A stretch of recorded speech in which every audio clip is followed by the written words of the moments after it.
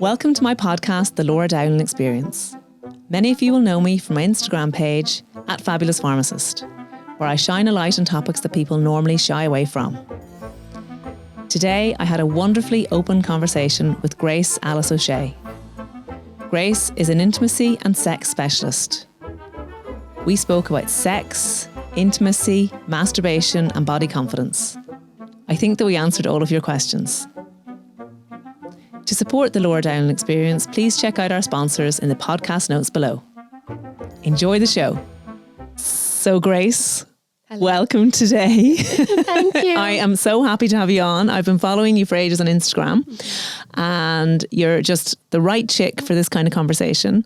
You are a sex and intimacy specialist, and I have had so many questions over the years from women and men about sex and about intimacy, and I thought we could really delve deep into it with someone like yourself.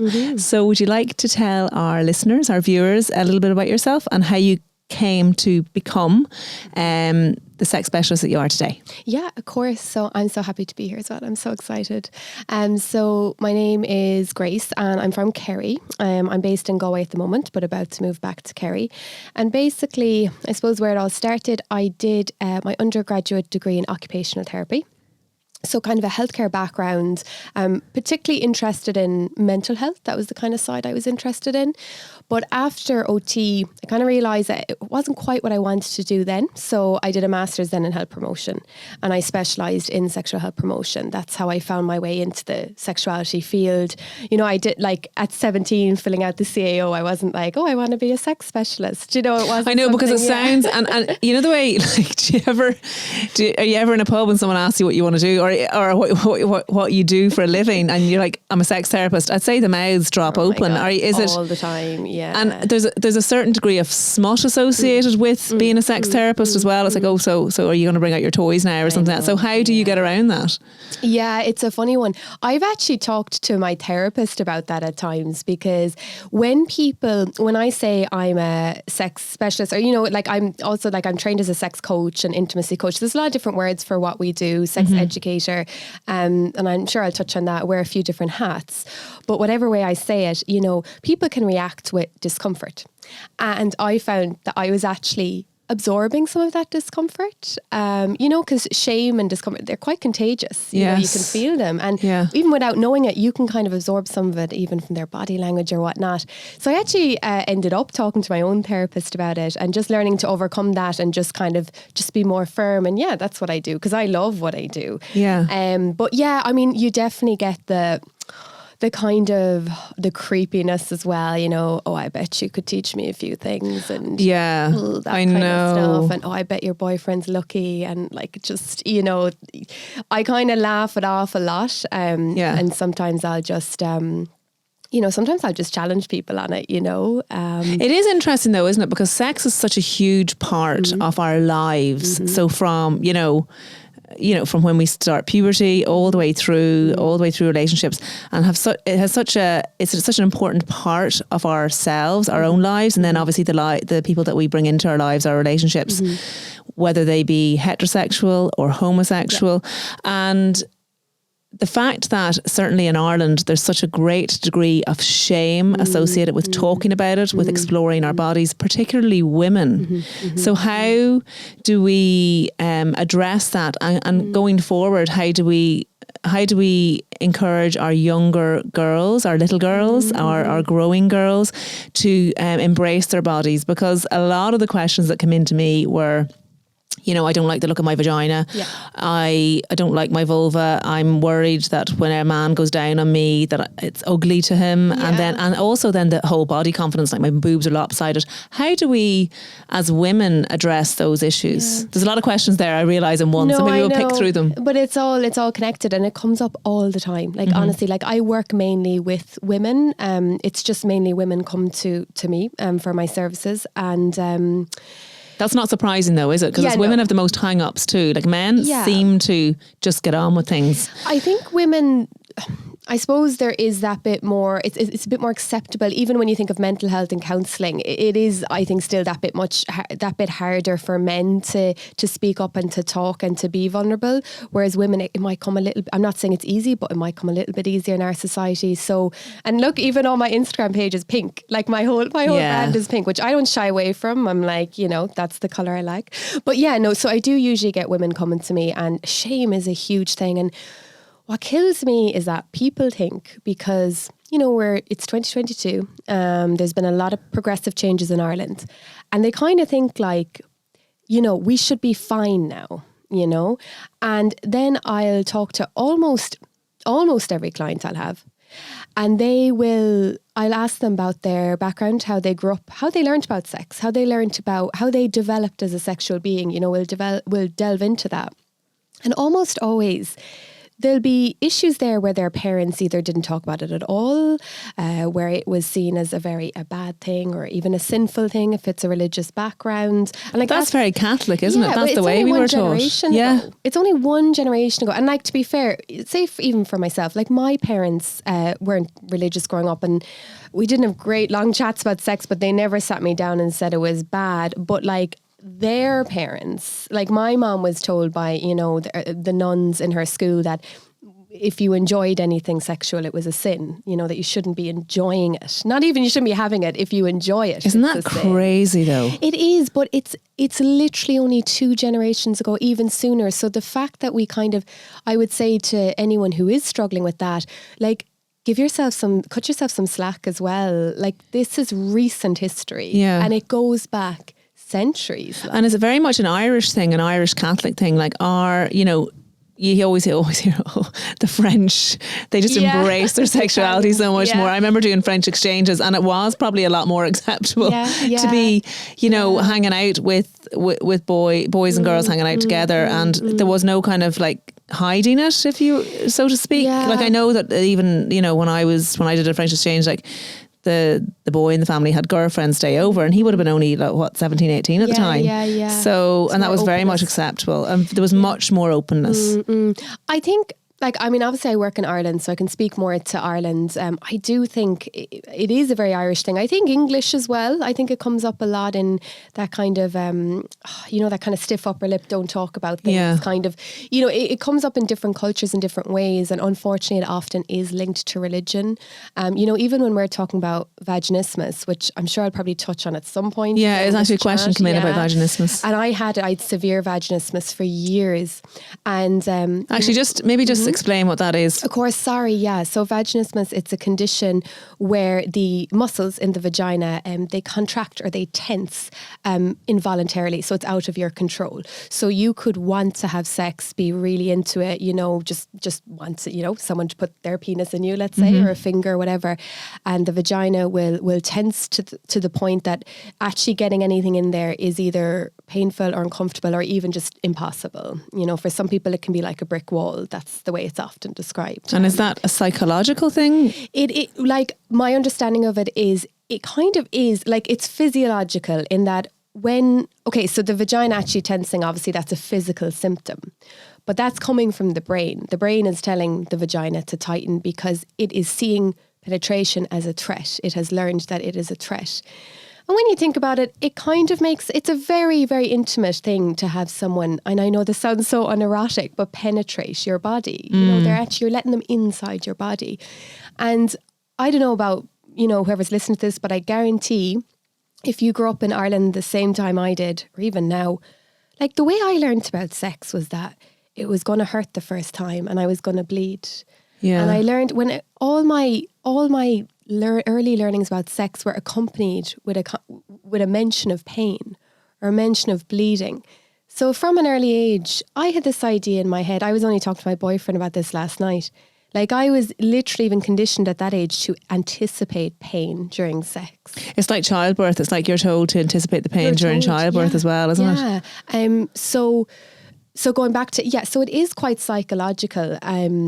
in the sense that, it's your brain essentially deciding that, okay, we need to shut things down. It's a safety thing, it's your body trying to protect you, even if it feels misguided and it's not what you wanted to do. And how do you get over that then, that vaginismus? There is a few different treatments. So I would work with a lot of women with vaginismus. And again, I had it myself. There's different degrees of it, obviously. So one thing is things like sex coaching or psychotherapy. Particularly psychotherapy if there is trauma there, if there's been something traumatic that you feel is linked to the vaginismus, which would make sense, traumatic childbirth or an assault or something.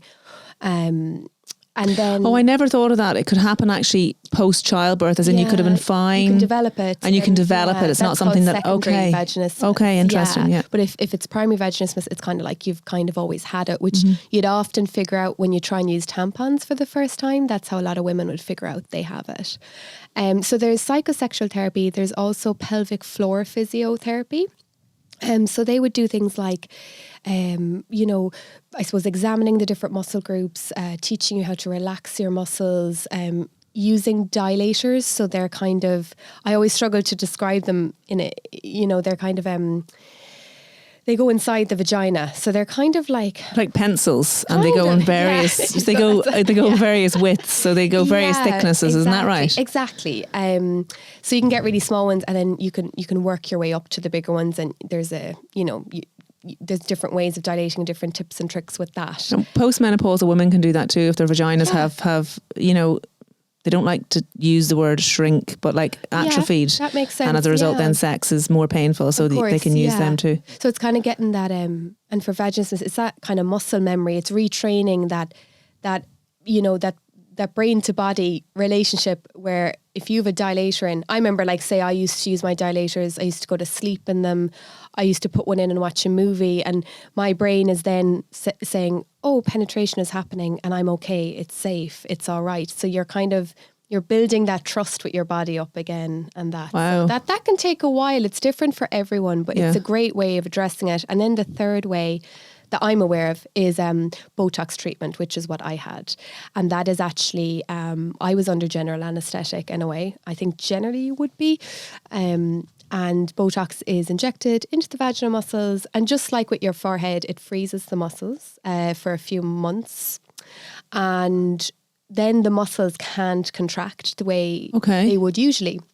So what that does is it gives you that few months of almost a grace period where you can use your dilators and you can, you can just get used to basically penetration. Okay. And then that's retraining your brain, and you don't need to get top-up treatments like you do in your forehead. I didn't need one. It's still quite new. It's still quite new, and I don't even know in Ireland actually of anyone doing it. I'm not saying there's no one doing it. I'm saying it's hard to find information on it in Ireland. I know a few places in the UK that do it. So it's still a bit, I think, emerging, but... Where did you get yours done? Oh, I had to go to the States. Oh, wow. So I was 21 getting it done. I'm 30 now, and there was nothing. I couldn't find anything closer to home. And did you have to go and find that information out yourself, or did your doctor tell you about it? Oh no, the doctors, God love them, and I'm not shaming them, but the doctors didn't know what to do with me. Okay. They really didn't. And you were in going, I really want to have sex, but I can't. Oh yeah, it was going on for years. Yeah. I was in a really dark place with it. That's terrible. You feel like your body is essentially not your own. You feel like it's working against you.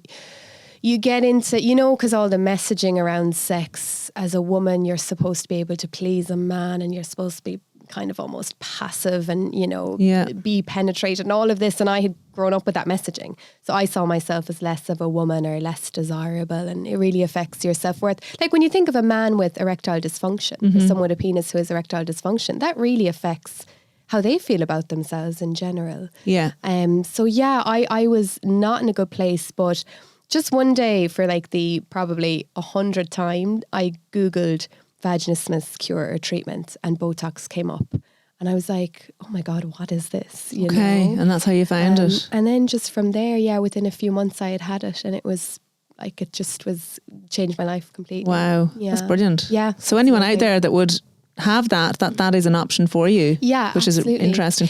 I find it interesting the way you said about secondary vaginismus, because I have had a number of ladies contact me saying after having babies, well, apart from being absolutely exhausted and not wanting sex, sex is really painful. And anyone like that should definitely get checked out anyway. But, there could be that, which you're talking about, which is the secondary vaginismus, especially if it was a traumatic birth.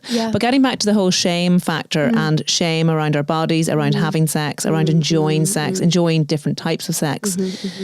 How do we overcome that as women, and how do we begin to not be looking at all this that we're shown in the media about perfect boobs, perfect bum, perfect, and just enjoy our bodies and enjoy our vulvas, and understand that men actually don't, or our female partners, if we're gay, don't really care about that. They just, it's like body to body really at the end of the day, isn't it? Yeah. I mean, I suppose there's no real quick fix. Like, it takes work to unlearn shame and to dismantle it. What I would say is, first of all, even just naming shame is really powerful. So actually use the word shame. I feel shame around this, rather than saying I don't like it or I'm uncomfortable with it. Okay. Really kind of just call it what it is. Yeah. When you see it. Like, for example, what I would do to, with clients. So say one thing I would do is some inner child work, where we would kind of look back at memories where they were made to feel ashamed in some way, where they absorbed those messages around, their vulva or their body or whatever it was. And we would look at what happened. And, when something happens, you internalize it a certain way then, So someone makes a comment about your body, and they might have made it not even thinking about it, or they might have made it because they felt insecure.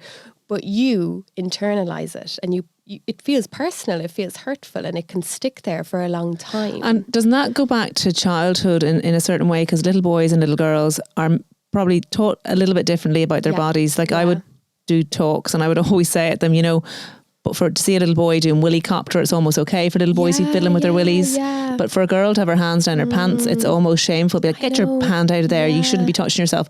And that brings into play the whole masturbation thing, and about the fact that, boys talk about, masturbating all the time. All the time, but girls, like when I was growing up, girls never talked about masturbation ever. And it's great. Only I know. It's like it's one of the joys of life, Like, can we just talk about like a little bit of stress relief, and a great way of getting to sleep as well.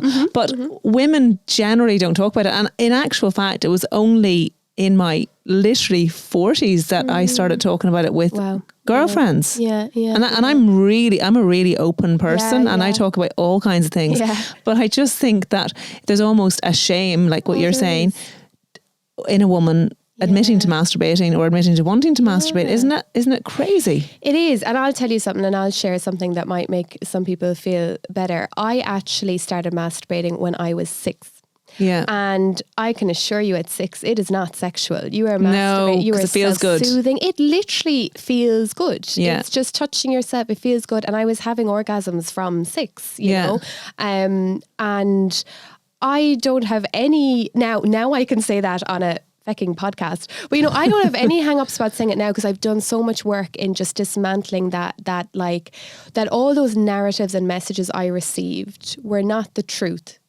Thoughts are not facts, and you get to decide what is okay for you, what works for you, and no one can decide that, only you. And there's a reason, like animals all over the animal kingdom masturbate, like they literally do. They even have oral sex. Like there's so much even in the natural world. Yes. So, and we are part of that, Yes. And sorry, what was I going to say about? But the way boys and girls are socialized or brought up is so different. And number one, teach children the proper words for their body parts. Just teach them. They're not dirty words. Like, what an amazing way, straight away, to combat shame. Okay, fine, have your funny slang words. That's fine. You can have a bit of fun with it. Like, language can be really fun. But ensure that they actually know, but the real word is vulva. Yes. But you can call it X, Y, and Z. But so many adult women wouldn't even distinguish between their vulva or their vagina.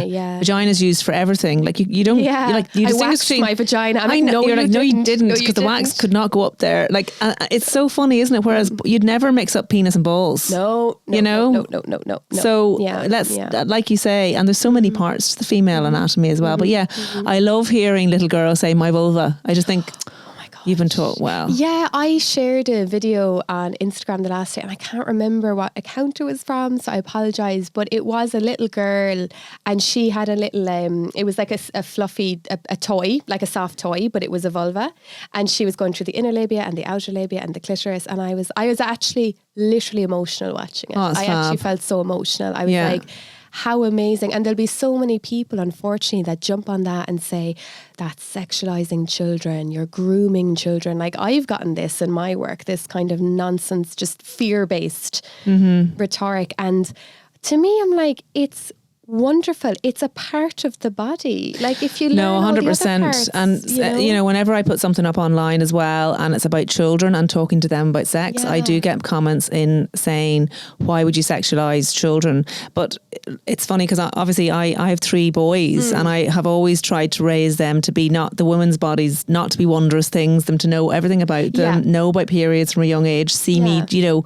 see tampons, see women. Exactly. So interestingly enough, they've always known the different names for the parts of the body, and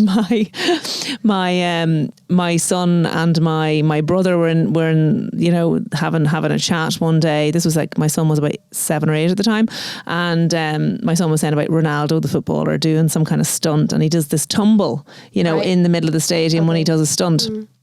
Or when he scores a goal, and my brother said, "Oh, and did everyone see his vagina?" And my son at the age of 7 or 8 goes, "It's not the vagina, it's the vulva. The vagina's inside. So if they were to see it, it would be the vulva." And I was like, proudest I've ever been as a mother. I said, literally, my job here is done. Yeah, but that's wonderful. So, isn't it? That's amazing. And what I always say as well is with young kids, or kids in general, whether we are comfortable with it or not, we start to develop as sexual beings as children. Now, we're not ready to be sexual yet. You know, it's not like, of course, like it goes without saying children cannot and should not and be having sex or anything like that. But, you know, it is a central part of our being that is there from birth to when we die. It's part of who we are. And, you know, when we're socialized as children, we learn about what it means to be a woman, what it means to be a man. We learn about mummies and daddies and all the different roles. We learn about consent, boundaries, gender, body parts. What else? Like just loads. There's loads that we actually do pick up from that age. So there, you know, because I often get asked the question, oh, how young should we start talking about sex, or how young is too young? And of course it depends on the child, but I would say as soon as they're talking, there's stuff you can talk about where maybe it's not directly about sex, that's fine, but again it's about consent, bodily autonomy, you know, boundaries with the body, touching other people, you know, intimacy. Absolutely, so important. And even like, you know, coming in on each other when they're sitting on the toilet seat, like it's important to, you know, knock on the door. It's not just this given thing, because I think if they're taught that from a young age, they'll be a lot more respectful as they get older about, you know, the boundaries that you're talking about. Yeah, absolutely. Yeah. So, and a part of your work is about restoring intimacy in a relationship, and you would get people coming to you looking to restore their intimacy. And for instance, some of the questions that I would have got in, you know, we're having a lack of sex after having babies and toddlers. We've had no sex for 3 years. My husband isn't up for it. How do I start to get the dialogue going about the lack of intimacy in my relationship?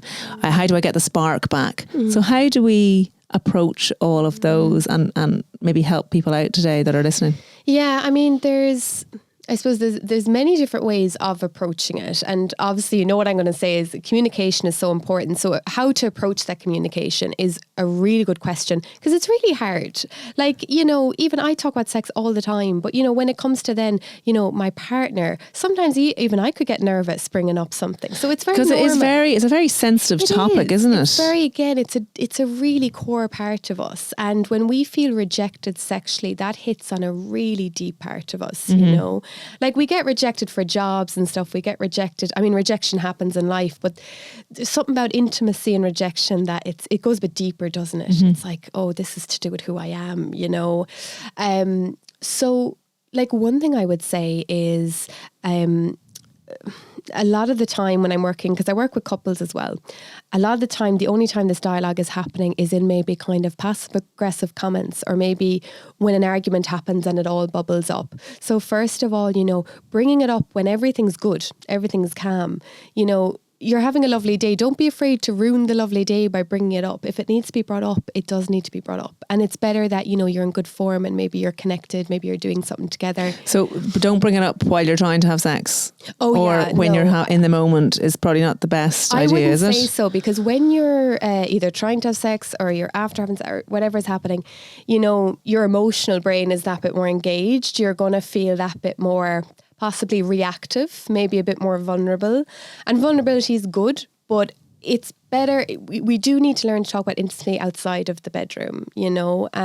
Like one nice thing is sometimes going for a walk together and maybe bring it up that way. So you're not sitting down, you know, having a big face-to-face chat. Some people don't feel ready for that.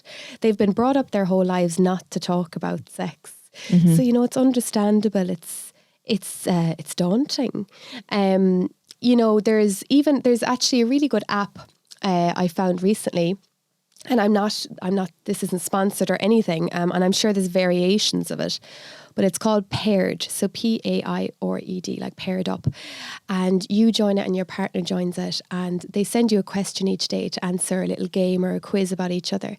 And say if we were a couple, you answer a question about me, I answer a question about you, but I can't see your answer till I put in my answer, you know? So it's a nice kind of way. So there's sex stuff, there's serious stuff, there's funny stuff. It's a nice way to get dialogue going. Okay, lovely. When I work with couples, I don't necessarily do an app, but I do exercises like that. Okay. Where I just get talking about intimacy in general, you know? And sorry, now I've gone off on a That's a okay. ramble. But it's like, how do you bring up, so just say, for instance, so there's people out there that say they're not getting enough sex, or their partner thinks that they're not getting enough sex. So, you know, the big question you get is, how often is enough? As you know, how many 40-year-olds are having sex more than once a week? My husband's having it once a week and he doesn't think he's getting enough. Whereas, you know, some people might be having it 3 times a week and still not thinking they're getting enough. I think that it depends on the couple, and it depends on the libido of each person. And I remember seeing something on TV once where there was a gay couple actually, and one of them didn't want sex as much as the other one. So the sex expert told them to write how they're feeling on the fridge. So how, you know, horny they're feeling. So that each of them knew each day the level of horniness of both of each other, and then they could try and, you know, make it match a little bit, so that then, so I thought that was interesting. But so if you're not, so it in and of itself then is the whole communication thing. So for instance, someone feels that they've lost the intimacy, they've lost the spark. So it's about communication and bringing that up initially. So how do they bring the spark back when there's been kids and there's been toddlers and you're wrecked and you feel that your body isn't your own? And, you know, and I think as well with relationships, if sex quite likely is very much a glue in a marriage, or, you know, not necessarily even a marriage, a partnership. And if that isn't happening, it's like you're co-parenting as brother and sister, and that can be very, you know, that can really put a dampener. So it's like a vicious circle of, you know, unintimacy. So how do you bring that back? It can feel very platonic. Yes. So, I mean, there's a lot of different approaches to this. Obviously, again, circling back, communication is really important, but also, like, for example, what I like to do with a lot of couples is, which is really ironic, but when couples come to me and if they are having, they're not having, or they're having very little sex, or they're not happy with, you know, having the sex that they are having, I'll actually say, okay, we're going to actually try, obviously with their consent, a sex ban. But hear me out, because they're looking at me like we're having even less sex. I'm like, no. What is wonderful about a sex ban? I'm going to write this down. Sex ban. people assume. But Grace said. Yeah, we can't have sex at all. No, people assume that when I say a sex ban, and sometimes it's just a penetration ban, sometimes it's a touching ban. But anyway, let's just talk about the sex ban. People assume it's to build erotic tension, right? Now, that can be a happy side effect. So say if you do have a ban and then the ban lifts, you know, you could actually feel that like excitement, we can, but that's not actually the main, what we're looking for there. When we take sex itself, so let's just say penetration, like having like, I hate the term full sex, but for want of a better term, a penis going into vagina, whatnot, or anal sex, or whatnot. Oh, we've loads about anal sex. Yeah, I know. Like, stay tuned for the anal sex conversation. I have so many questions about that. So if we take sex off the table, okay, it allows couples to actually reconnect physically without that narrative in the back of their head running, being like, oh, do they expect sex now, or is sex coming, or I'm a bit distracted, or is it going to be good, or is it going to be sore? Like there's all these different issues that can come up.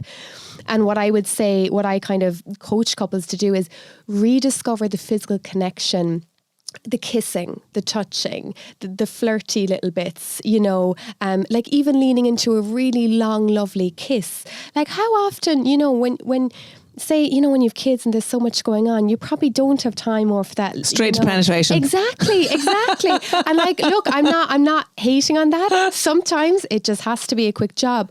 But like, imagine taking that time to actually just really get, like if you are really into kissing, like really just allowing yourselves to be in the moment, knowing sex isn't going to happen this time. But your lips have so many nerve endings. Yes, like that's why kissing is just amazing. So amazing. It's so intimate. Oh, there's no kissing in God. in mainstream porn. Even talking about it now, I'm getting all flustered. And I get flustered now because I often talk about erogenous zones, which again, like I would do some kind of pleasure mapping, sensory mapping with couples as well to kind of explore and be playful and rediscover each other's bodies and your own in a way.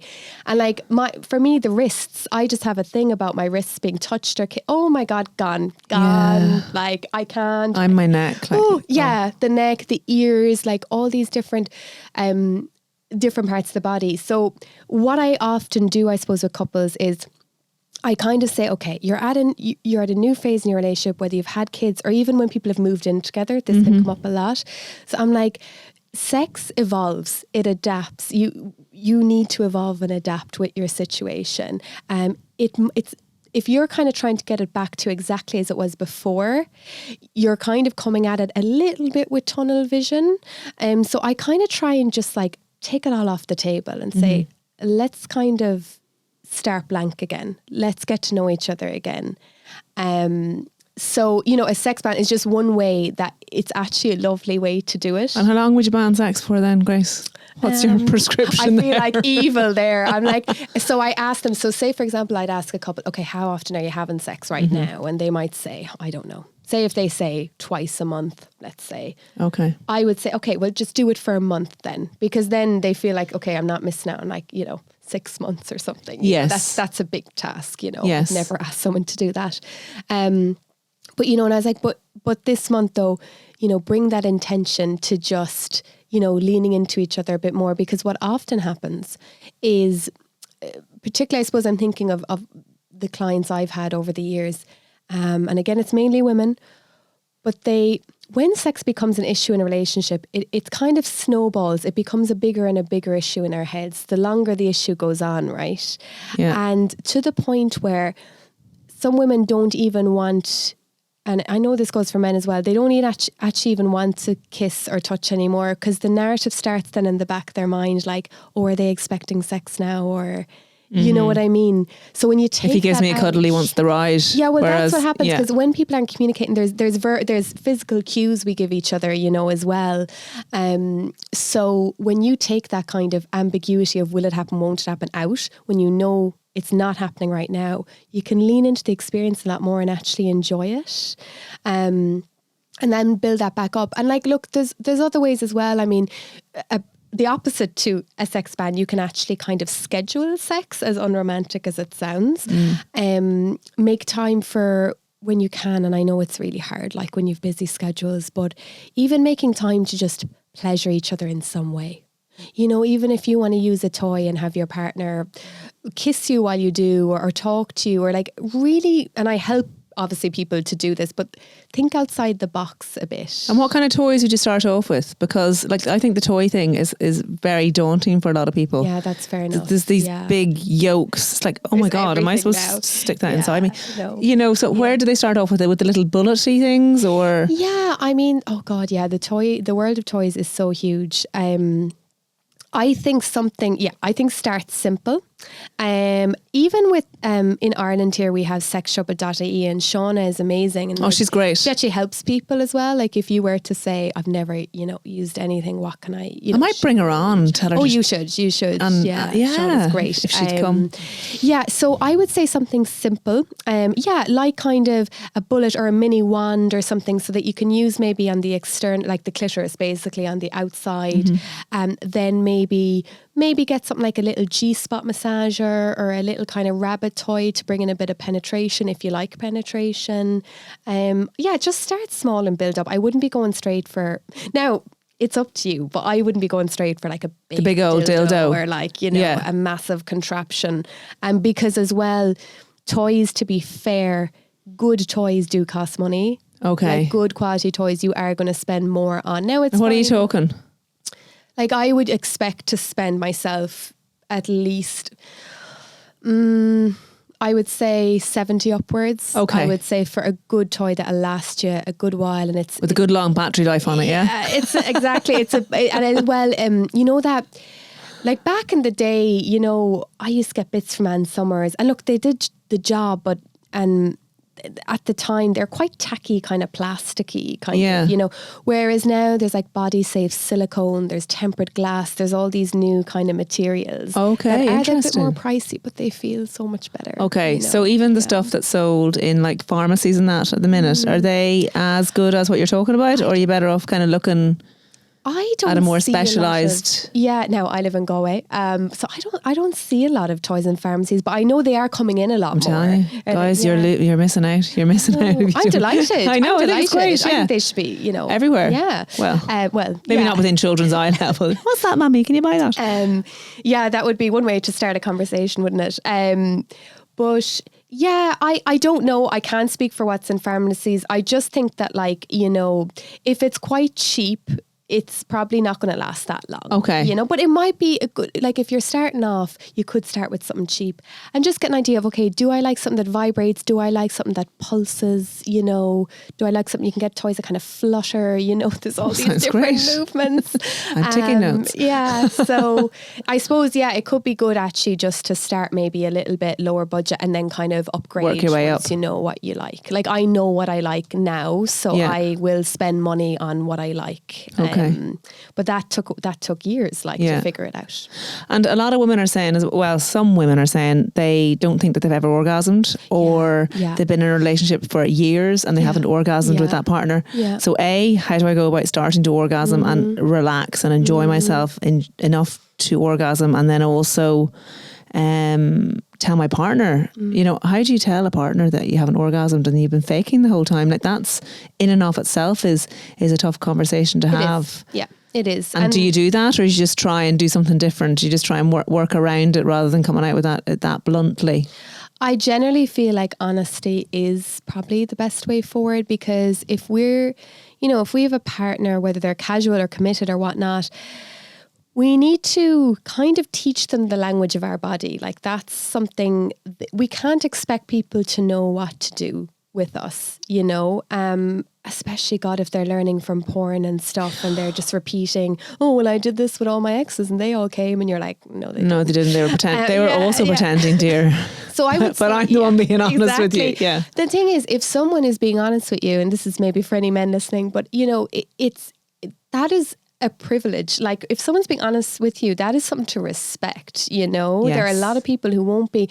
I would say if you do want to say it and you want to open up that conversation, I think there's a way of saying things that are honest and open, but also kind of in a loving way. And kind. Yeah, yes. where you're like, this isn't about you, but I want to share this because I love you, or maybe you don't love them, but I care about you. I do enjoy our sex if you do. But I actually have struggled to orgasm, and it's something I want to, learn how to do, or I want to explore that. Yes. I don't, and like if people take it personally, that is their responsibility to process that, not yours. And there's nothing wrong with you as well. Just saying that out there, like don't feel like you're broken or you're the problem. Well, that was one of the comments. Am I broken? I can't orgasm. Am I broken? Or how do I know I've orgasmed? Or I don't squirt, therefore does that mean I'm not orgasming properly? Oh my God, no. What is that about, the whole squirting thing? It's like this relatively new thing that people are talking about. Like if I don't squirt, I think it's done in porns where there's, you know, and God knows if that's even reality or whether it's just... Often it's not. So I get asked all the time actually in schools about this squirting. So when it's coming up younger and younger, you know it's coming up in porn more, and therefore it's becoming part of, like, I never heard about this growing up personally. Like I'm 30, in my teens I never heard about it. Now neither did I at all. It is a real thing. But okay, so just to say, in porn, often what the performers will do, will either they are hired because they literally can squirt. It's something that essentially it's kind of something that they tend to do, and they can kind of control when they do it and when they don't, right? So they could be hired for that very, very reason. Or often, you know, actresses will drink like liters of water before a scene. So you're seeing clear urine, you know, you're not actually seeing squirt, for want of that fluid or ejaculate.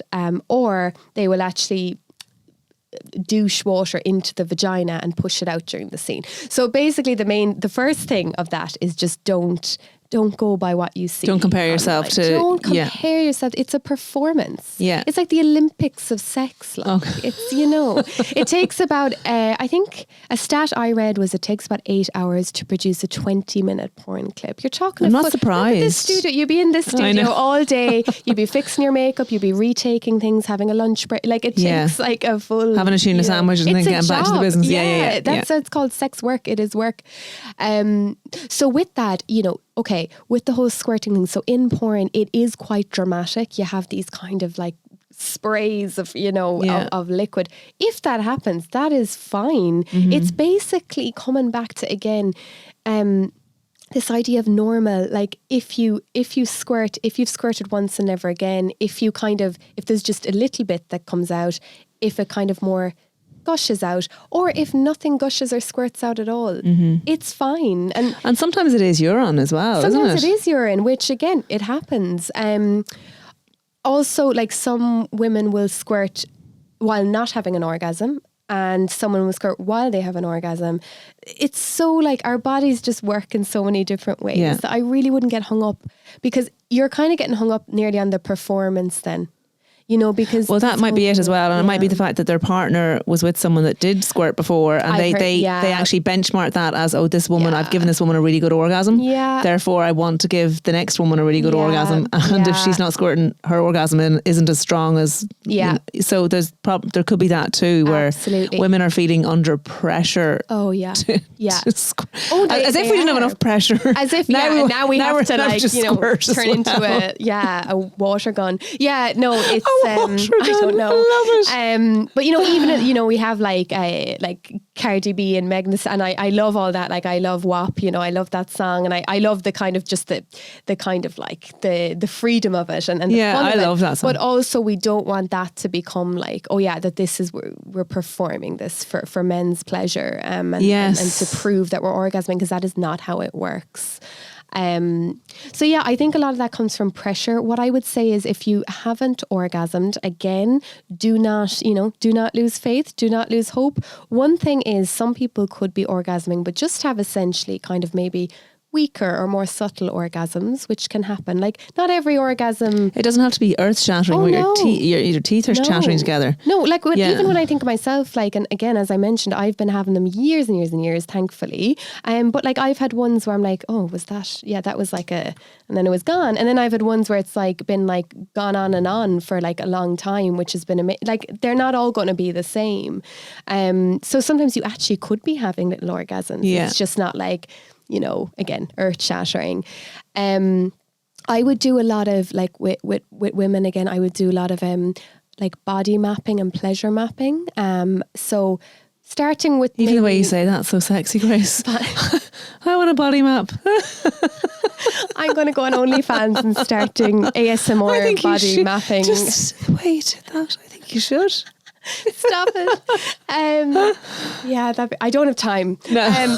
So yeah, body mapping, pleasure mapping. So even if there's some discomfort, start with, as we said, the erogenous zones, and then work our way down to the beautiful vulva, because it's fabulous. Our bodies are capable of so much pleasure. We have just been denied information about it for years. And we've been told that pleasure isn't good. Yeah. You shouldn't be doing that Exactly, because, well, yeah. first of all, it was the whole, you shouldn't be doing that, you can get pregnant, Yeah. or you shouldn't be doing that because you can get an STI. Yeah, yeah, And obviously yeah. we're all about safe sex practices, but all of those messages, sex was just so negative. Yeah, yeah. Oh, so negative.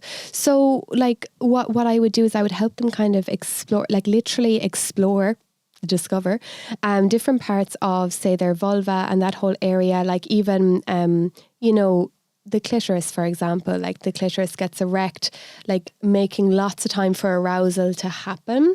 A lot, even women that come to me today, they still don't realize that only about 20% roughly of women will orgasm from penetration alone.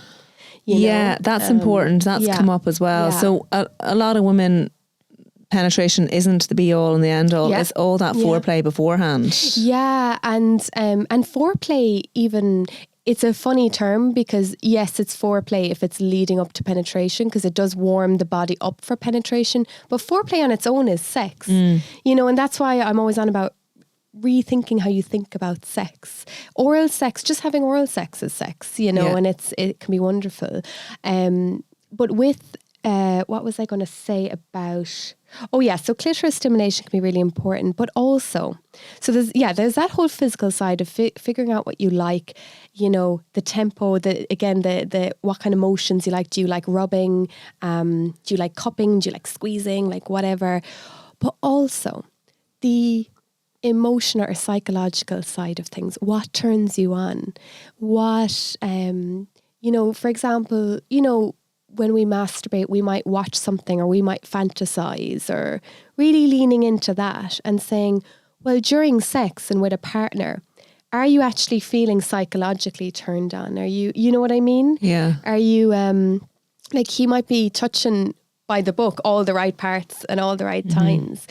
But if you're not kind of relaxed into the experience, and if you're not having like, if you're not just like feeling the way you want to feel during sex, if you want to feel dominant or submissive, or you want to feel beautiful, or you want to feel naughty, or you want to feel slutty or whatever, are you feeling that? Are you really getting off on this experience? Or is it more kind of just bodies touching each other? Does that make sense? Yeah, no, it does. Because orgasm isn't just tips and tricks and touching the right spot or magic spots. You need to be into it. Physical and it's when I say emotion, I don't even mean being in love with someone or having feelings. It's just that that side of it, you know, that's beyond physical. So if you're lying there or sitting there thinking of the fact that the kitchen's dirty and you have to go, and God, that ceiling needs a bit of a paint.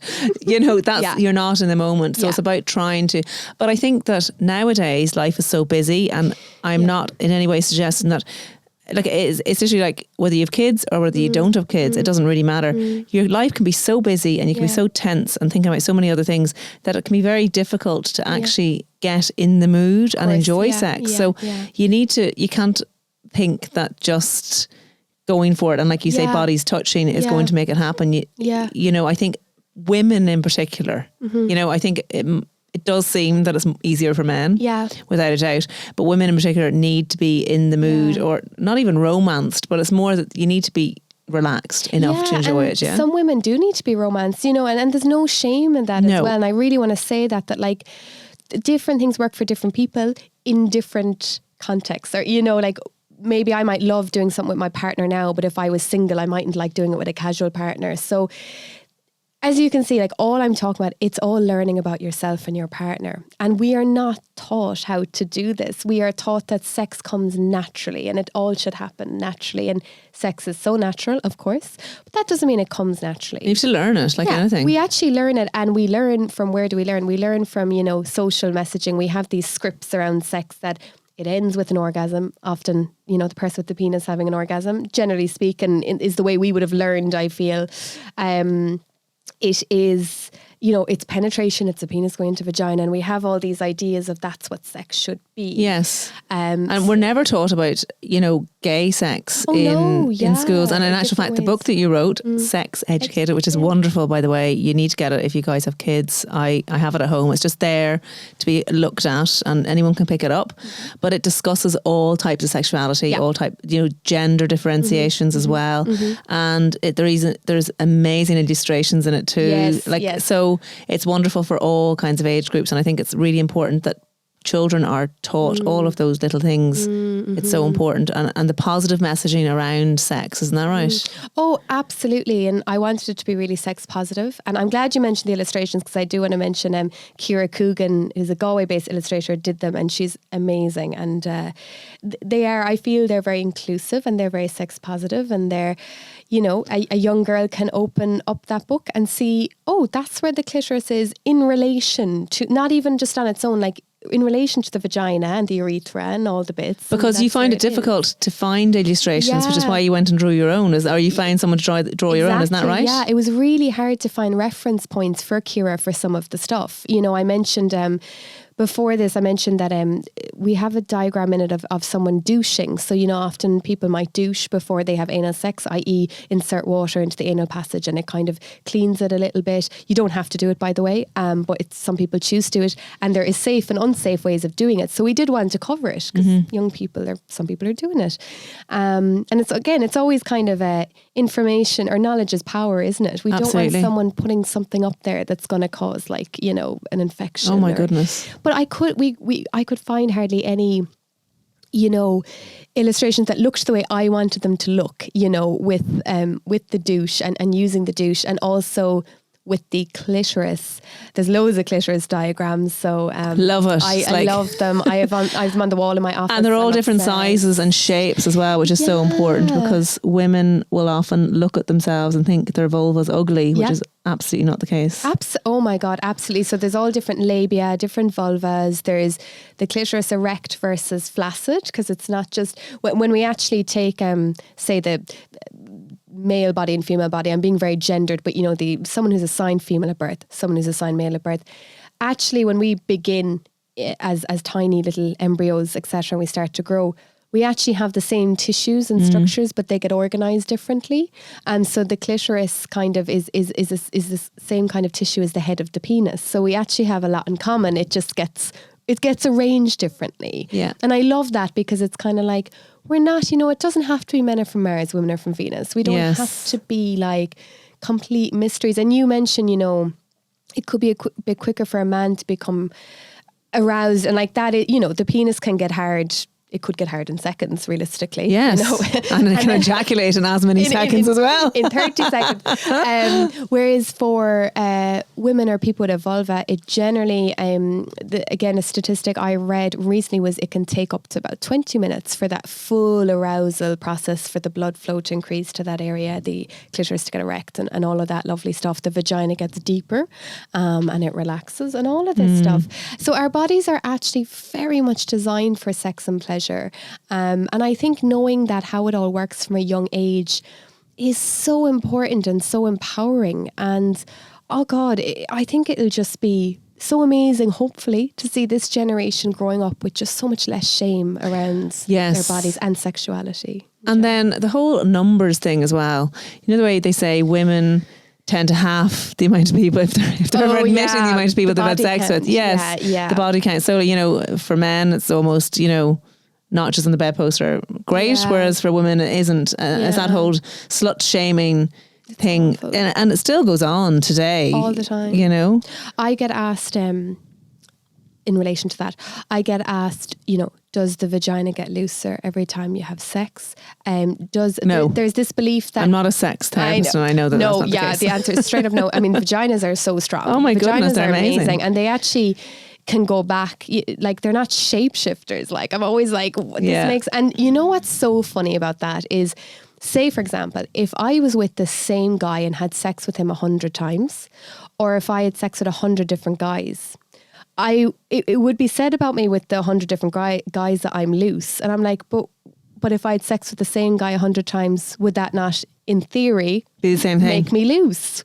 No, it makes no sense. No. It's just a way of shaming women again. Like it's a poorly disguised way of, you know, saying that you have to stay kind of pure and, you know, all that. And I also get asked questions about, which is, I don't know where this comes from, but that the more sex you have, that your labia start to then hang lower, that your inner labia basically get kind of pulled out from all the in and out motion. I'm laughing. Mad, I mean, it's not because it? it's so sad, but it's just so ridiculous. Again, it's talking about the female anatomy and in such a negative manner. Yeah. And then it's the whole thing about, do I admit to my partner how many people that I've had sex with? Or is that a good thing or a bad thing? In a relationship, say, starting out, you're that bit older, so you probably both have somewhat of a past. Yeah. Is it important? Is that an important thing for your partner to know? Or do you think that that's something that's just private and it isn't something that should be discussed? Because you know the way sometimes there might be a partner that wants to know. Yeah. And it's like, tell me. And then you tell them and they're like,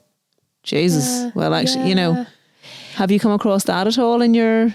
I think what's coming up there again is shame, isn't it, really? Like it is shame, and it's that fear of rejection that we all have. And I think I would be asking, why do you want to know? Genuinely, like what will it bring to you? You know, genuinely. Like if you're going to have a whole conversation about the stuff you've done and you're into, not into, and you feel okay with doing that, that's okay. But I think it's something you can keep private if you want. It's a funny question. There's a lot of weight on it. And isn't there? What does it actually say, though? That's the thing. I know. I'd be more interested in saying, you know, say if I have a new partner, I'd be kind of like, okay, so what do you like? What do you not like? What have you tried? What have you not tried? Rather than give me this number of people you've penetrated. It's just like, again, what will that bring me? Yes. It's almost sometimes like people, it's kind of nearly sometimes people ask questions that they don't really want the answers to. Yeah. You know. I know. And it can bring a certain amount of jealousy into a relationship as well. I think it's probably like what you say is what will that number bring you? But then that might bring up more that might bring up more thoughts in the person's head going, well, if they're not willing to tell me, there must be loads. You know, the kind of way. So it is a tricky conversation. I suppose it is, yeah. I guess it just depends on the people involved and the context in which it's being asked, I suppose. Yeah. If it's genuine curiosity or if it's kind of like, if it feels pointed, you know, I would be kind of asked. So say if someone was asking me, if I had a new partner and they were asking me, now I'd have no problem saying my number. I'm not even sure what it is, but you know, my rough number, because I have worked through the shame around that. And I know that if they make me feel ashamed, that's actually their shame that they're, you know, putting on you. That's their discomfort. That's their insecurity that they're putting on me. And that's not mine to carry. But it took me a long time to get to that point, you know. But if I was asked, I would just be kind of asking, you know, why do you want to know that? Like, what does that mean to you? Yes. What if I say this number versus what if I say this number? You know, I would be just kind of putting that out there. Interesting. I think it's a good way to deflect that and to actually make it more comfortable to just say, well, or else just outright, I'm not telling you that. Yeah, you don't it's none need of your bleeding to know. business. And it's kind of maybe a good benchmark for, are you and this person suited? Are you on the same page around sex and your values around sex? Because I'm not here to judge anyone for, some people might want to be with someone else who has as much or as little experience as them. I understand that, but you know, it's all in the communication really, isn't it? Absolutely. So if you feel that it's a bit, you know, I always say it's good to have kind of a bullshit filter, which is sometimes like for mine, it's sometimes my job, because straight away, by the way someone reacts to what I say I do, I can kind of tell if I'm going to end up being friends with them or not, or they're my kind of person. Yeah. For another friend of mine, she was like, it was her, I think it was her body hair or her armpit hair. She basically just decided, look, I'm not shaving anymore. I'm just going to grow it out. I'm just going to own it. I'm going to see how I feel about it. So straight away, she's like, if someone makes a comment about my armpit hair or my body hair, straight away, they're not the kind of person I want to be around right now. So having that, like, that question or that thing you say, that is kind of like, I suppose it sounds like a bit of a test, maybe it is, but it's a little bit of a filter, just being like, okay, is this person on the same, you know, wavelength as me? Yeah, no, absolutely. No, that's a good way to look at it. I wouldn't have thought of that. And the other thing that I wanted to get on to you about was, well, we have discussed masturbation and the importance of it and how good it can be, and the fact that there should be no shame about it. And if you haven't started to masturbate, you should start right now. Well, maybe if you're listening to this, in the shopping centre or something, don't. But maybe when you go home, you could try it out. And there's lots of wonderful ways you can learn to discover yourself too. And also in front of your partner, it can be a lovely way to relax as well, to, teach each other what you like, what you don't like. So that's important. But let's get down to the whole foreplay and oral sex as well, because some messages in about the fact that why do men not like to go down on women, but they expect blowjobs themselves. How do I give a good blowjob? I can't orgasm with oral sex. Is there something wrong with me? And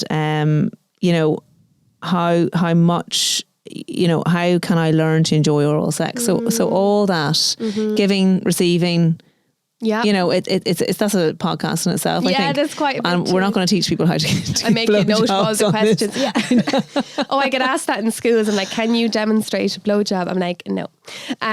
Because actually, we didn't mention that you do school. That's part of your work is giving sex education to school children, which is really important. And you learn an awful lot from them about what's going on in the world. And you were saying to me earlier, they actually talk to you about choking. They talk to you about lots of stuff. So let's discuss this now. Which, the oral sex or the oral sex, not the choking, not yet. No, I'm not ready for that just yet. Maybe in 5 minutes time. Yeah. Okay. So oral sex, give and receive. Okay. So I suppose there's a few things that are popping into my head.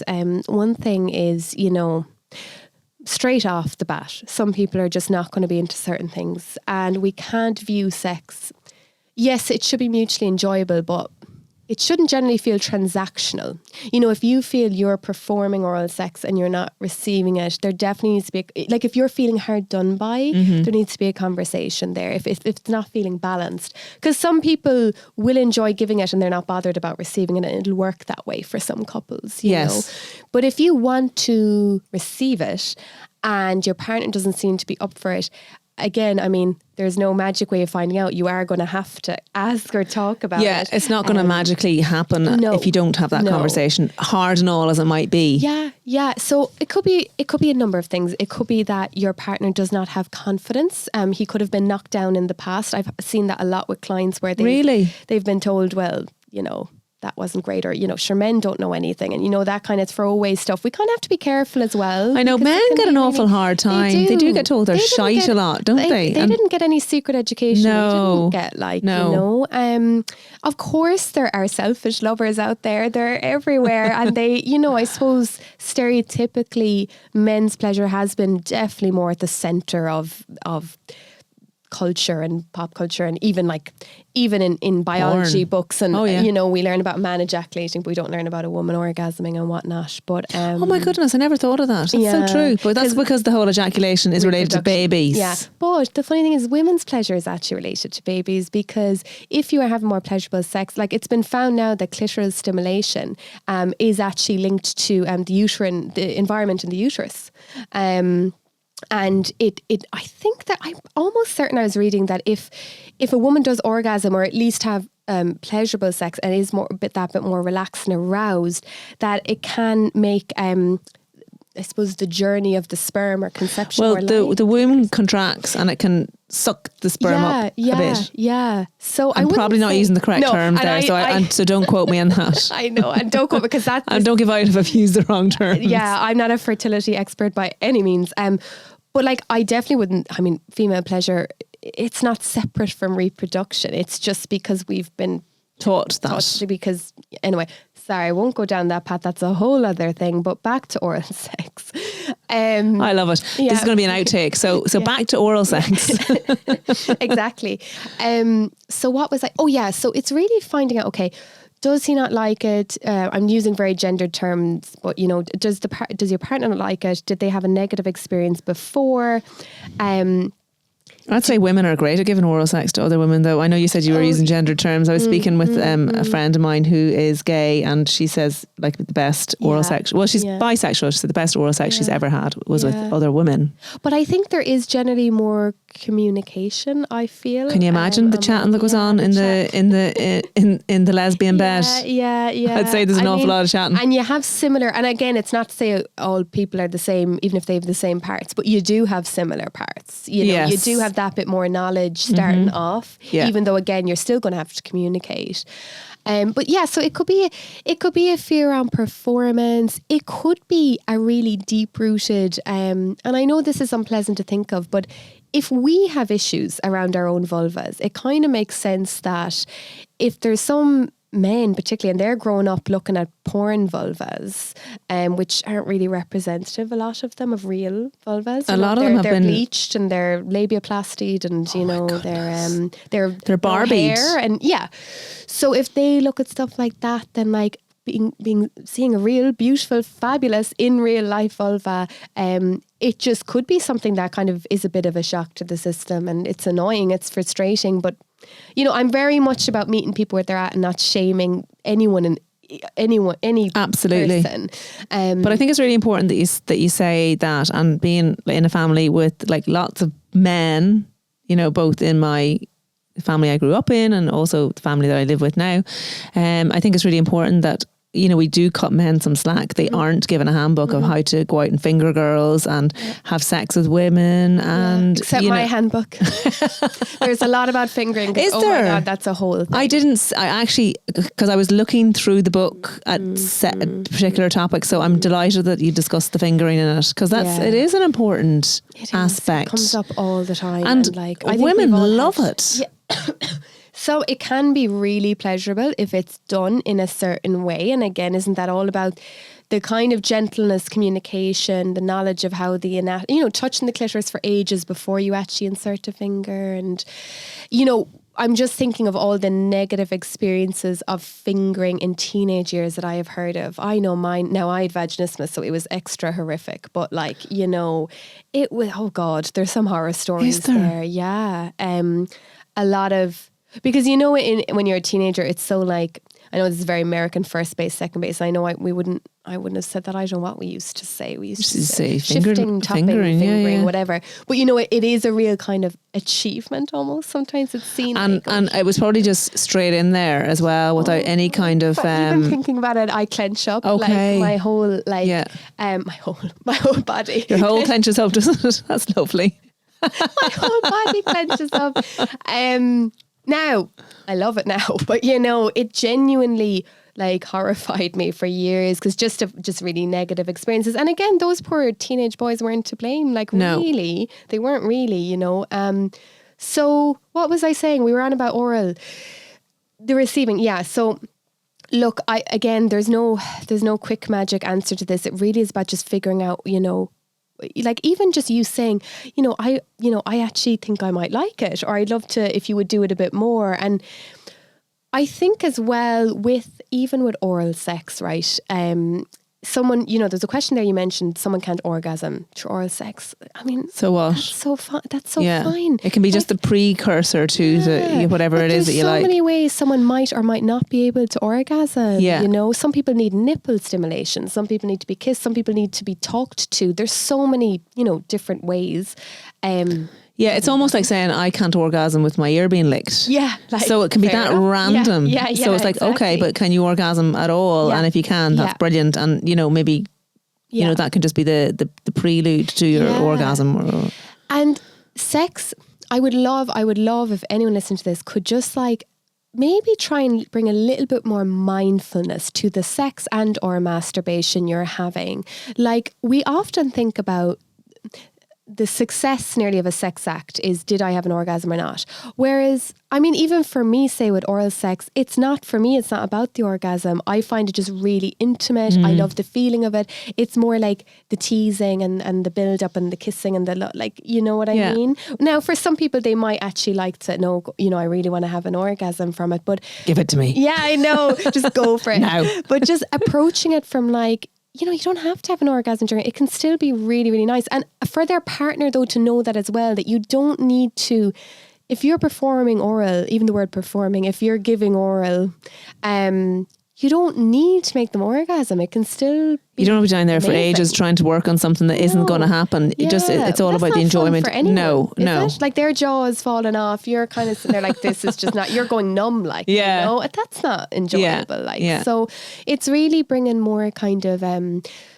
into the moment, like enjoy it. I in the book I compare it to like, not oral, but in general, like, you know, going out for a meal, you don't just like wolf down your whole meal so you can eat dessert. Really, you enjoy your starter, you enjoy your main, and then if you have a dessert, great. Maybe you have 2 desserts, maybe you don't have a dessert. Like you try and enjoy every bite of it rather than being like trying to, you know, get to the end and get to the climax. You know, I think sex immediately gets better once you kind of just stop focusing so much on orgasm. Yeah, no, I think you're right, and to enjoy that journey as well. But obviously, if orgasm is important to you, yes, and you feel that your partner isn't, I hate that word performing, but if it's not working for you, you need to communicate. Like it isn't just going to happen. And people are not mind readers. No matter how long you've been living with someone or think you know someone, they won't know unless you tell them. They won't know. And there are so many ways around it. Like I know people, I always say get creative with sex. And then obviously I realized that, yeah, Grace, but like, what does that, you know, because I just have a quite creative brain in general. Like I'm rubbish at maths and directions, but I'm creative. That's just who I am. Whereas not everyone can just think up stuff. So that's why, again, people like me are there, pages like mine are there to help. Like if your partner is giving you oral sex, and if it's not really working for you, of course, maybe do some pleasure mapping, sensory mapping, the sexy stuff, figure out what you do like, where you like the different types of touch. Also, add a toy. Like he can lick and kiss and the whole lot for a while, and then maybe hold, you know, use a clitoral stimulator, put in a G-spot massager. If you're worried about how your vulva looks and you really are struggling to get past it, blindfold him. You know, find a way. I like that. Just like tear up the script, you know, when it comes to sex, and just see what. I don't mean Google it, that sounds so condescending, but genuinely kind of see what else is out there. You know, I bet that there's tips and tricks for everything. Yeah, no, absolutely. There is. Blindfold. I love that. Blindfold. Like obviously I'm not saying your vulva is probably absolutely fabulous, but if it's something that's interfering and it's bothering you and it's like a block for you, that's the way you start. But I'm sure any man or woman that you're with, you know, if you've got problems with it, would most of them in kindness would reassure you that you're actually perfectly normal, and they're all different shapes and sizes, just like willies and snowflakes. Absolutely, like a snowflake. I love that. So we need to go on to ass play. Hot topic. So many questions came in about the ass. I was actually surprised and pleasantly surprised, because I think it's an important topic, and I think that there isn't enough discussion about it, and it's certainly something that's more mainstream now than it ever would have been years ago. It's very much in porn too, so children are seeing it long before they're even probably kissing or fingering or doing any of those kinds of things, and I think it's an important conversation to have. But also people want to explore it, and want to know, are they dirty for wanting it? Why do men always want anal? It's like almost like, you know, first date, they expect it in some instances. And then also men enjoying ass play themselves, either be it, you know, I think we're talking, you know, about women and men both helping each other out in that way. So the stage is yours, Grace. Okay, so first of all, no, you're not dirty for wanting it. Oh my God, not at all. Like the anus has, and again, I'm going to be a bit gendered here, so forgive me, but you know, for people assigned female at birth, the anus has lots of nerve endings around it. The clitoris, which you'll see in our lovely sex educated diagram, the clitoris, actually the legs of it can, for some people, extend back towards the anus actually, you know, so it wraps around the vagina, and then it can not quite wrap around the anus, but you know, the perineal area kind of go right back there. Can be lots of pleasure. Sometimes as well, we want to do stuff just because they're a bit taboo, and that's where the fun is. And that's totally fine. You know? And no, it's wonderful, and you can have lovely blended pleasure and orgasm experiences. So where you may not have an orgasm from anal sex on its own, but you know, anal sex with maybe clitoral stimulation or something could give you a lovely combined pleasure experience, you know. People assigned male at birth then, they have a prostate gland. So that is really pleasurable to stimulate, and that often is stimulated. So is anal, either fingering or sex, more pleasurable for men? Yeah. Technically speaking, than women, because they have a prostate. There's more capacity for pleasure there, because the prostate is it's about the size of a walnut, and you can kind of, if you put the finger or whatever, it's roughly about 2 inches inside the anal passage, towards the front, not the, you know, and there you can basically stimulate it there. So it makes sense that anal sex would stimulate the prostate gland. So men could have an orgasm without even touching the penis from stimulating the prostate. But also you can stimulate it through even touching the perineum. So the gooch or the taint or whatever you want to call it, the bit between. Or the in-betweeny bit. The in-between, yeah. The taint. Wasn't that what it's called? Some fella in a school told me it was called the taint. I was like, why is it called the taint? He was like, because it isn't, but it ain't. And I was like, what? It isn't, but it ain't. So it's kind of between things. I don't know. Gas. He must have been from the country. He was. Okay. Yeah, he was. Which I love. That's just great. I love learning all this. Fabulous. Yeah. And so that can be really, perineal, massaging that part, pressing a vibrator against it, using your thumb, anything like that can be lovely.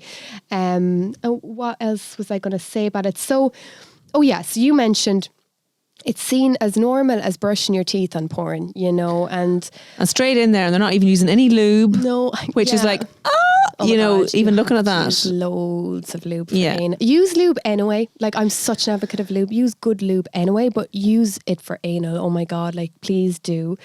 Lots of it. Yeah. Don't be shy with it. The anus doesn't lubricate in the same way that the vagina can. What else about it? It's so you need to build up to it. If a penis in a penis can be really big. It mightn't be, but it's quite significant, compared to a finger or whatnot. So starting with maybe a finger or a small toy is a much better way. And even just doing that, if you want to try anal sex or experimenting, bring it in slowly, like just even around the anal passage to begin with. Don't even penetrate the first few times, because there's nerve endings there, and it can be really nice using a little toy. And then kind of building up to it. Yeah. If you want hygiene around anal sex, though, is important too, because and you did speak about douching earlier, but I think that people would, often talk about the mess or the smell that can happen with anal sex, and I think that it's important that people they can wash, if you wash. Yeah. So first of all, anal sex, it's the anus, so there could be a little bit of a mess. I think, like, just straight off the bat, we just have to say that is the reality of it, and it could happen sometime, and like, that's the part of the body we're going for, know. It's totally like normal if that happens. But what I would say is, I think the fear around mess can be a bit almost like, because you hear these kind of horror stories or whatnot. Generally, like, if you have a kind of good enough diet, like if you have regular bowel movements, if you've no specific issues with the bowel, generally it will actually be quite clean anyway, because like feces, it's not just like hanging out right there in the anus all day. It's actually much higher up, and then it passes through it. Yes. So I don't think sometimes people even know the anatomy of that. Yeah. That like it's not just going to be right there. That's a really good way of explaining it, actually, because it's not just going to be sitting there. No. So it's a bit higher up. And what was I going to say? Now, again, playing around with the anus and whatnot, it can stimulate a movement. So you want to go beforehand. You can also buy, now, I don't know you probably actually might know more about this, but there's kind of stool, rather than stool softeners, kind of firming, like you can get them to firm your stool up a bit if you have issues. Okay. So there's less likely to be any kind of like feces like inside the anal passage. Okay.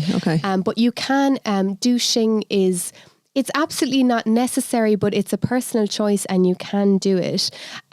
So douches come in different forms. Like, you can get little ones that attach to actually your shower head. So you use the water from the shower. That's very handy. Please be careful with the temperature. Or you can get ones that are like little kind of pumps or bulbs. There's different, just, I suppose, shapes, or what's the word? structures to them. But generally, they kind of work the same. You're putting in water, you're holding it for a bit, and you're releasing it again. And it's just water. It's not. There's no soap or anything, is there? No, from doing research on it for the book, I think the company line is water. But there are some pre-made solutions you can buy, but I would only be buying them.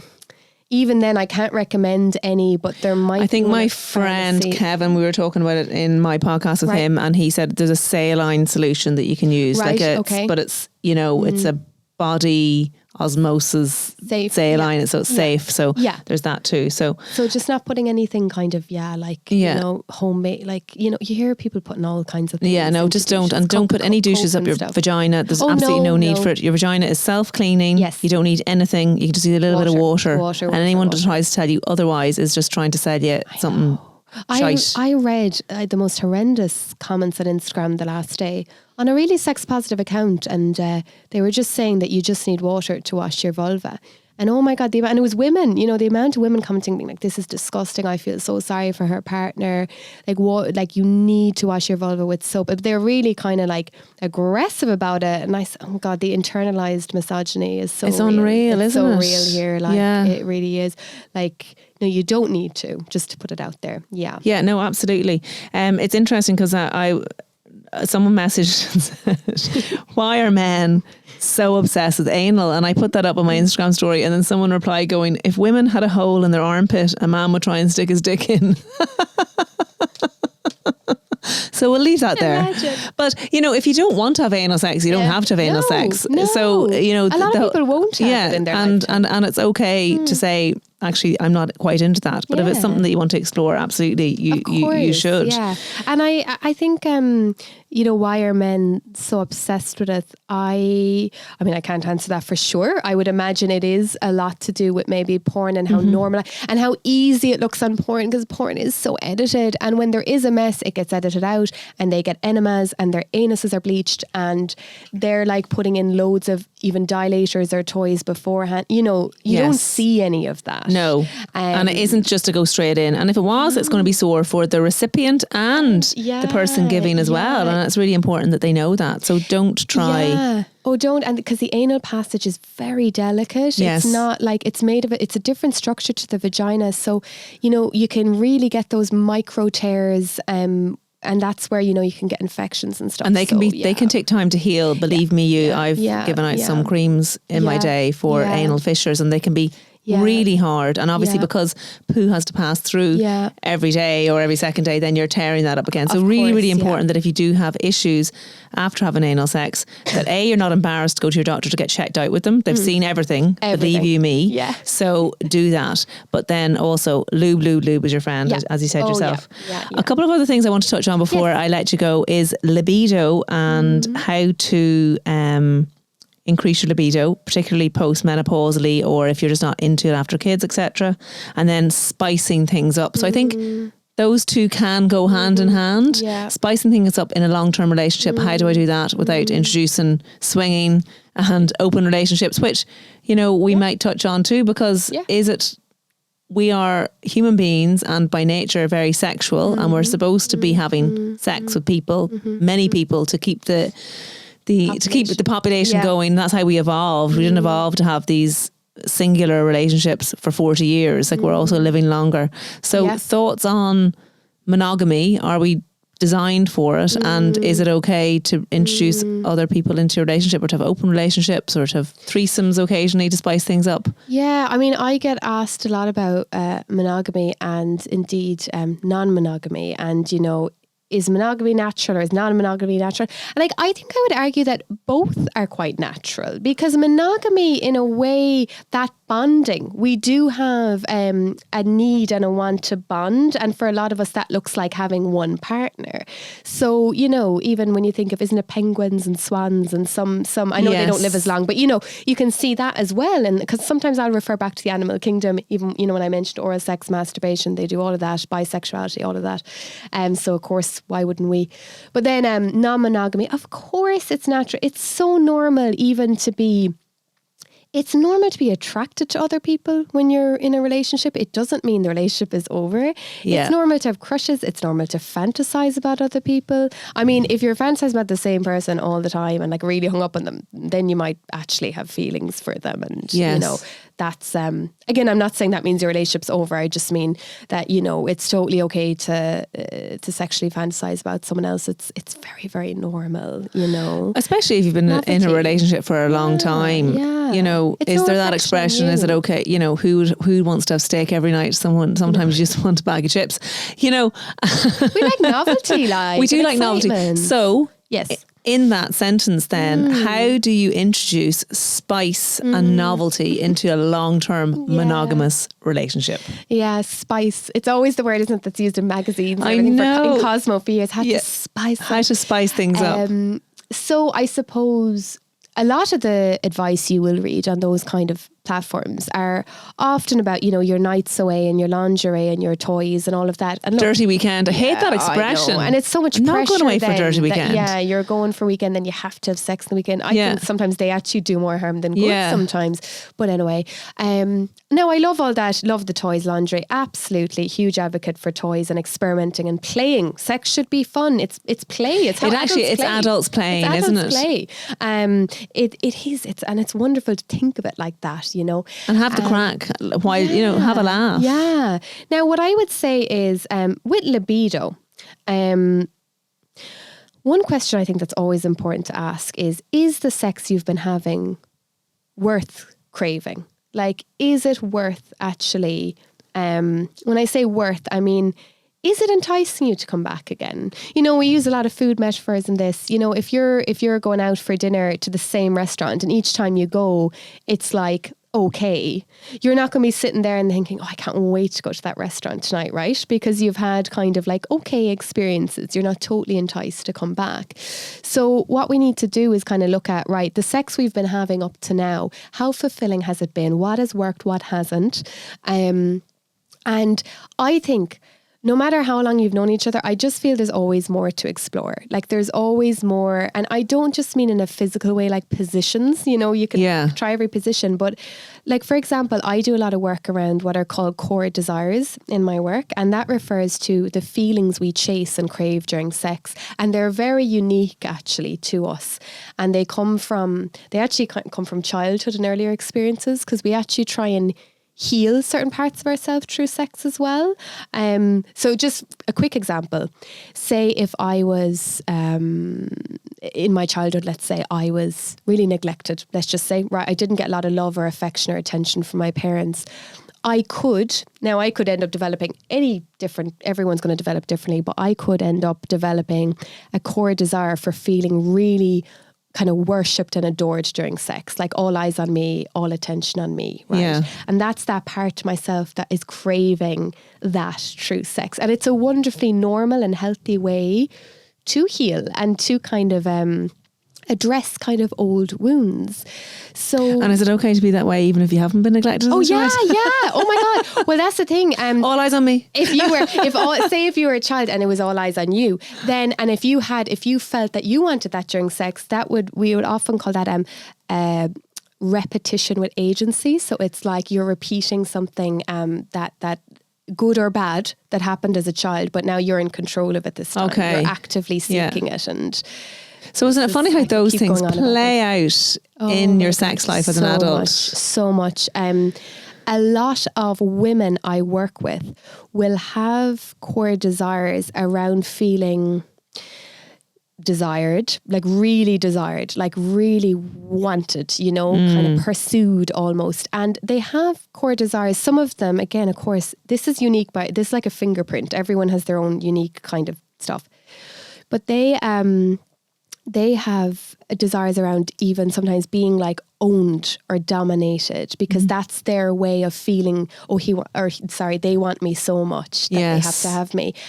That is why sex is like, it's a playground for this. It's a safe way to explore all this. Okay. You could be really, You could be a woman and be really dominant in your day-to-day life. You could be a businesswoman. You could be, you know, just like a really well able to stand up for yourself. All of it. Hate the idea of being owned by a man. And then you can get into the bedroom and you can get owned by a man and really enjoy it, you know, and it's breaking down the shame around that stuff. So even with couples who've been together a while, we'll go into that because they've often not had that conversation and figured that out of, okay, positions, okay, we can get to all that. That's a bit more surface level, but let's go deep. What feelings do you want to feel during sex? Like, what are you craving? Yeah. And what makes you even feel a bit like, scares you a little bit? But, you know, desire often doesn't happen in the comfort zone. Like when you think of desire and you think of that kind of lust and excitement. And then when you think of a long-term relationship and you've the safety and the comfort and the love. Yeah, and the bins out. And yeah, the, exactly. You know, the and the monotony of it, which is fine. You know, boredom is part of healthy relationships too. But you know, the two are kind of they can be at odds with each other. So it's finding, okay, we love each other, we support each other, we're safe, we care for each other. But how do we introduce that bit of again, excitement, novelty and excitement? And some people will do that through experimenting a little bit with. I mean, I think we need to just talk so much more openly about relationships in general with regards to monogamy and non-monogamy, and because people immediately think of these swinging parties and having sex with everyone. Like a lot of people aren't doing that. If they're fine. Yeah. But a lot of people aren't. Maybe they're having the odd, you know, maybe it's a threesome now and then. Maybe it's even just, talking about a scenario where they're having sex with someone else, like sharing a fantasy. Yeah. Maybe it's going kind of window shopping a little bit on Tinder and not actually going to, like, be kind to people, by the way, be respectful, don't mess people around, but, you know, doing stuff in a maybe a safe kind of fun way. And do you think that if you are into, so just say for instance, you're not feeling it from your partner, or you want a little bit more excitement in your life, and do you think that going window shopping on Tinder by yourself without informing them is okay, or do they need to be involved? You know, there's that calls up loads of questions. And then when is it cheating? Is it the dick pics? Is it the, you know, when is it? Or, you know, even if you are having that little bit of chatter and it's getting you excited. And like I have heard that doing that can get you really excited and you can have great sex with your partner then, if you've been doing that, or, but when is it?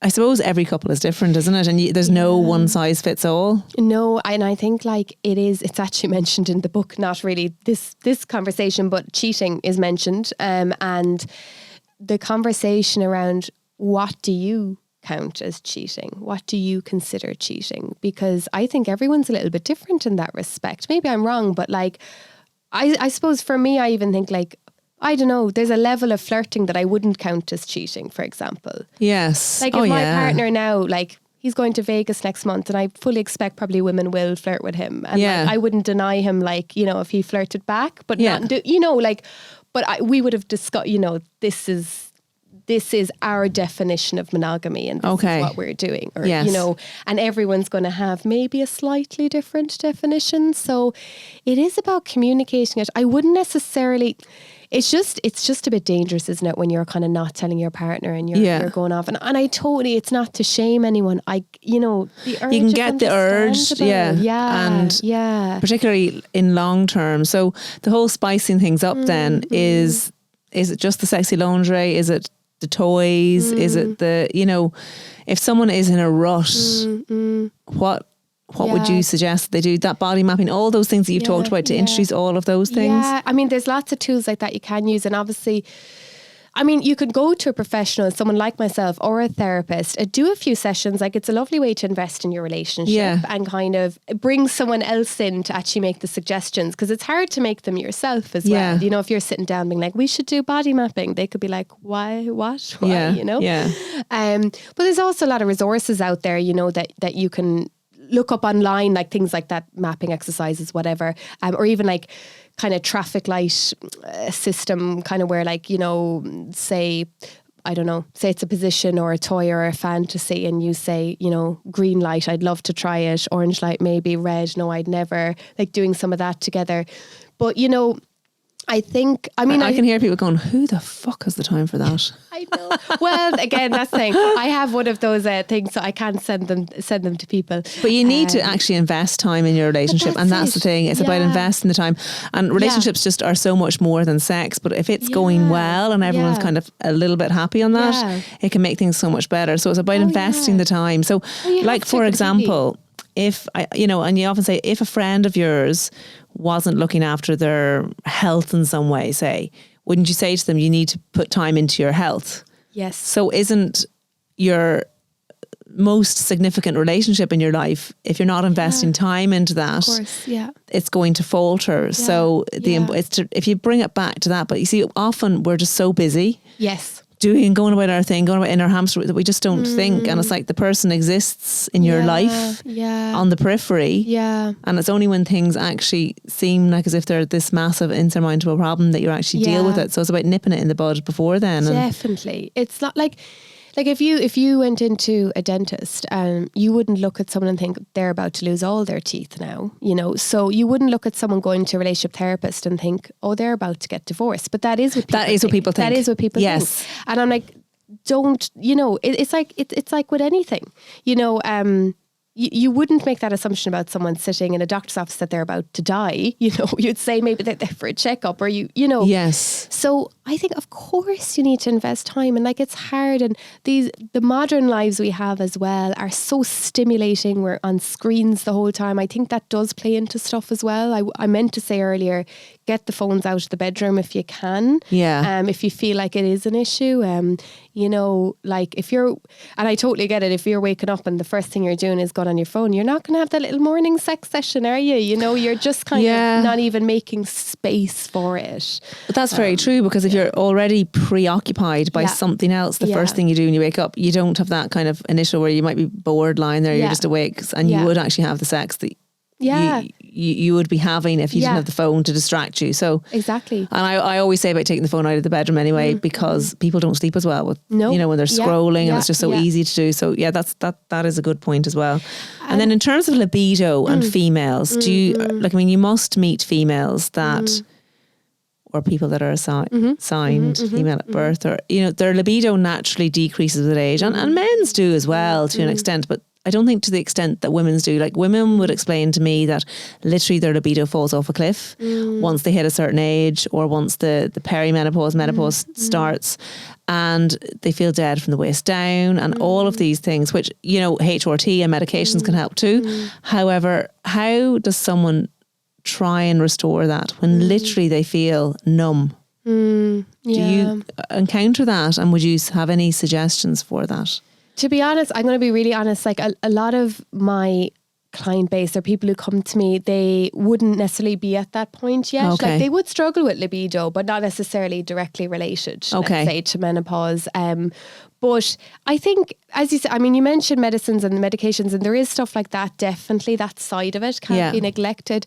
I think, again, it's kind of, I suppose, finding ways to connect with your body that feel good. Like, it might even start in I do a lot of even pleasure practices with people where it's not even about sexual pleasure. It's actually about reconnecting with pleasure again in general. So like mindfulness, like sensory experiences, like even if it's having your shower in the morning, just bringing that 5 minutes or bringing that mindfulness to that 5 minutes to feel the water and feel, whatever, building that up. Building kind of, that those feelings of pleasure, where feels good. You do have to, there is an element of, I don't mean forcing it, I really don't. But I actually was going to mention this earlier, like with desire, for example, you have spontaneous desire and you have responsive desire. And spontaneous desire is kind of, again, spontaneous. So it's like, sex kind of pops into your head now and then, and you're like, ooh, I feel aroused, Whereas a lot of women, and it's, again, this isn't set in stone, but they're more responsive. So the desire builds once the touching starts, or once the kissing starts, or the massage, or whatever it is, So you do kind of have to make space to actually touch yourself, to connect with your body, to even indulge in a fantasy, listen to some like audio erotica, just like explore, you know. Or reading those erotic books. I used to read them as a teenager. Yeah. Oh my God, I loved them. I did too. I loved like more reading so, erotica, and I think females can connect that bit more with reading the erotica. Yeah. And it doesn't have to be like, hard, part penetration. Yeah. It's more that reading that is it makes you so horny. Yeah. Whereas I think watching that hardcore porn doesn't necessarily do it for females. Not well. In some obviously some love it. Yeah. But I think a lot of women would get on well with an audiobook that's talking or in your ear or just reading that kind of erotica like what you're suggesting. We tend to be a bit less visual and a bit more into the story of sex and the build up and that. And look, one day you might look at some hardcore porn and it's just so graphic and visually stimulating that you just get off really quick and, it's literally like a few minutes. But like then you could have another experience where again you listen to an audiobook or you read erotica and it's a totally different kind of arousal.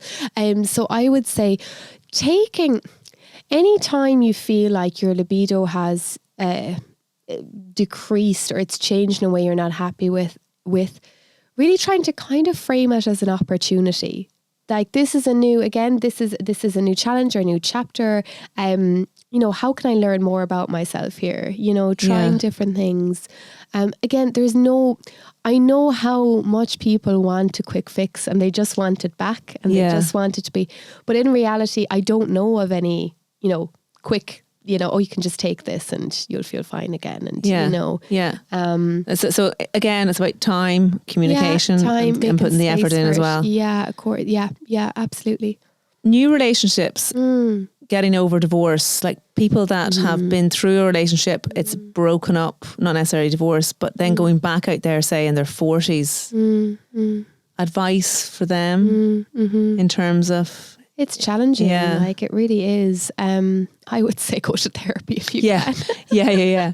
I mean, therapy's not for everyone, but I think it can be difficult. Imagine being, if you're in a relationship for so long, so comfortable with someone, or maybe not, that's why it broke down. But then going back out there into the big wide world, that has changed so much, Yeah. Because I would never have used dating apps or anything like that. So if I was to go back out into that world, I'd have to do that. I'm sure I'd be traumatized by all the swiping. So I think that, so therapy, that's a good idea. And being kind to yourself, Oh my God, yeah. Like that piece on resilience is really important because what I always say is around any of this stuff, dating, after a breakup, after divorce, whatever it is, like as humans, we have this inbuilt, and it's like literally a primal fear of rejection because it's there for survival, right? Because you needed your tribe, you needed your clan to survive. Being rejected by other human beings was not a good thing, and that's programmed into your body. So we have the fear of rejection. And when it comes to intimacy, as we mentioned, I think earlier, it's a real deep, important part to yourself. But rejection will happen. It's going to happen. And I don't mean that in a harsh way. Like we all get rejected at times, or we go on dates that just don't really work out, or we don't feel it. And you don't have to be fully healed and fully confident and overflowing with self-love to put yourself out there again. Like you don't have to be. No. You can put in some work to try and be kind to yourself. Realize that this is, if you're in a new relationship or whatever, it is a new relationship. It's a new person, because often we transfer our old feelings onto our new, our brain kind of sometimes thinks they're the old partner, and you know what I mean? We all do that, you know, so we can have patterns, of things that trigger us, etc. Getting to know all that, that's great knowledge to have, but you don't have to be this kind of, I think sometimes people feel that they need to be in this perfect almost frame of mind going out there again. So just put yourself out to the universe and let's see what happens. I think that's a lovely idea, actually. Because we actually, because over the last few years, there's been self-care and empowerment have been like the buzzwords, and they're great, of course, but it's kind of led to this really idea that you have to be on your own to heal and to, You know what I mean? To really learn to love yourself. And why that's lovely. It's lovely to love yourself. But you don't have to. We actually heal through relationships as well. We're very social creatures. Like that's we are. And anyone that comes into your life is going to have an effect, either positive or negative. You'll definitely learn from it. So absolutely, put yourself out there. Yeah. Don't be ashamed of who you are, I suppose, and just kind of go there and with a heart full of love and hopefully. And I think the more positive you are about yourself, the more positivity you'll bring into your life. Definitely, like there is some truth in that. There is really, and you know, if you're turning up to a date or whatnot and you're turning up authentic, you know, as you are. And I think people do that a bit more as they get older anyway. You're less inclined to give a shit, aren't you? Exactly. Yeah. That's great. Yeah. You know? And then the filter is there from the beginning, you know, you're not going to be pretending to be someone else. And I would always say, and I know it's a bit of a cliche, bit of advice, but like, what would you say to a friend? Like speak to yourself like you would a really good friend, because those negative thoughts you have about yourself, whereas, I have a child, no one will want me, or I'm divorced, no one will want me, they're not facts. They've literally come from social conditioning, particularly around women, around what's desirable and what's not. Like they are literally not facts, you know. Yeah. They're just narratives we've picked up along the way. So don't be afraid to just challenge them. I love that. That's not true. I love that. Yeah. So to wrap this up, I have two little questions for you, and I'm going to ask everyone these questions, and this does not have to be related in any way to the talk that we've had. Okay. So the first one is, what advice would you give to young people today? So if you had one piece of advice to give to people, younger people today, our younger generation, what would that be? And this can be of any aspect of life. It doesn't have to be about sex and sex therapy and that is such a good question. Save money. No, I'm joking. That is definitely not my advice. Save money, were you going to say? No, I'm joking. It's not a bad bit of advice. It's not, but I'd be like, spend it. Excuse me. No, yeah. Okay, my bit of advice, it's really hard to pick one, but I think considering young people nowadays, you know, they are growing up in a kind of a different world. There's, again, I'm not going to demonize phones and social media. I mean, they can be great in ways, but they are, from such a young age, they've iPads, phones, screens, everything is so stimulation accessible all the time. Put them away. Yeah. Live in the moment. Yes. Live, like with those moments, the sleepovers with your friends, like the walks on the beach, the cinema, like be there with them, because you will look back on those memories and you won't remember looking at your phone. Those are not the memories you will remember. Yeah. You won't. And maybe try and not be grabbing it to take the picture of the memory. Just enjoy that moment. In that memory. Oh my God. Yeah. I mean, if I had to pick one, I think it's, I think that's what I would go with. Yeah. I love that. And then my second question to you is, what is the meaning of life? Stop. Shit.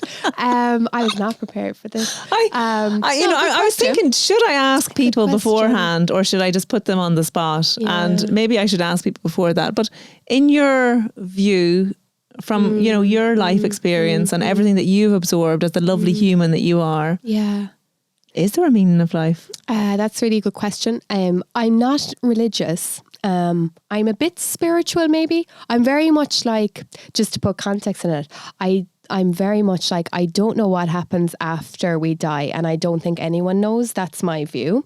So saying that, the meaning I derive from life, which can be hard at times when you're not religious, actually, because you're kind of like, well, what is it?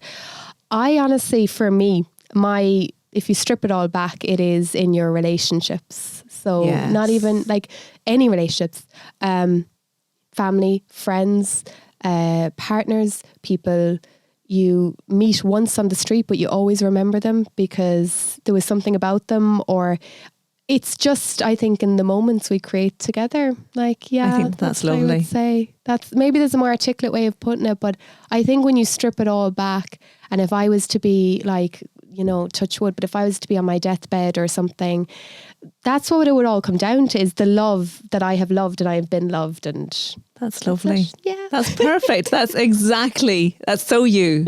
Grace Alice O'Shea, thank you so much for joining me. You've been an absolute pleasure. Grace Alice O'Shea is, where are you available? Tell everyone. Yeah, so the easiest way is just to go to gracealice.com.